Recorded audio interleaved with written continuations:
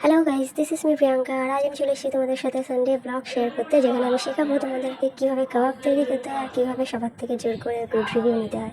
সব ফার্স্টে বাজারে গিয়ে পেঁয়াজ, আদা, রসুন, লেবু আর সাথে কিছু ঘাস পাতা কিনে আনতে হবে।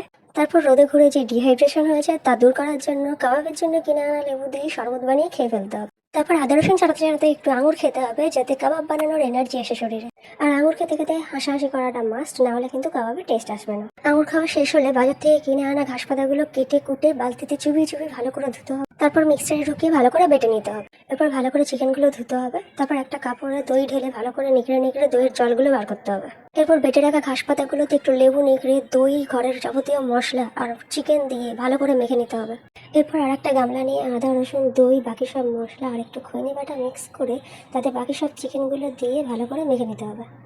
এরপর 3 নম্বর গামলা নিয়ে মশলা রেডি করে চিকেন পকোড়া আর চিকেনগুলোকে ম্যারিনেশন করতে দিয়ে দিতে হবে। চিকেন ম্যারিনেট করতে করতে কাবাবের সাথে খাবার চাটনিও আমরা ঘরেই বানিয়ে নিয়েছিলাম। এরপর একজন বললো যে শুধু চিকেন কেন ম্যারিনেট হবে, আমিও একটু নিজেকে ম্যারিনেট করবো, মানে ভাবো যে চিকেনের সাথেও কত হিংসা। এরপর কাবাব পোড়ানোর উনুন তৈরি করার পালা। ইট বালি কয়লা জালি সব রেডি করে কয়লায় আগুন লাগিয়ে একটু হাওয়া দিলেই ব্যাস উনুন রেডি। এবার বাঙালির সেই বিখ্যাত ট্যালেন্ট দেখানোর পালা। কাঠি করার কথা বলছিলাম, মানে এবার চিকেনগুলোকে কাঠিতে গুঁজে উনুনে পাঠাতে হবে না, ব্যাস চিকেনগুলোকে কাঠি করা হয়ে গেলেই উনুনে ফেলে উল্টে পাল্টে একটু ভালো করে পুড়িয়ে দিতে হবে। এবার যতক্ষণ না এদিকে মুরগি ঝালসানো চলছে, ওইদিকে কিচেনে 1 কড়া তেল নিয়ে পকোড়াগুলোকে উল্টে পাল্টে ভেজে নিতে হবে। পকোড়া ভাজা হয়ে গেছে, ওদিকে স্যালাডও রেডি। এবার খাওয়ার পালা, রিভিউ নেবার পালা।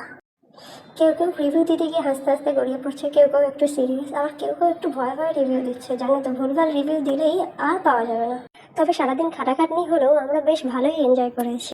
ওই কথায় আছে না, সব ভালো যার শেষ ভালো তার।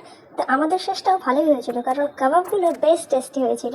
ব্যাস, আর আমি বেশি বকবক করবো না। এবার তোমরা বলো কার রিভিউ দেওয়ার স্টাইলটা সব থেকে বেশি ভালো। আর ভিডিওটা কেমন লাগলো সেটাও কমেন্ট করে জানাও। ভালো লাগলে লাইক শেয়ার আর সাবস্ক্রাইব করতে ভুলবে না। দেখা হচ্ছে নেক্সট ভিডিও, ততক্ষণের জন্য বাই বাই।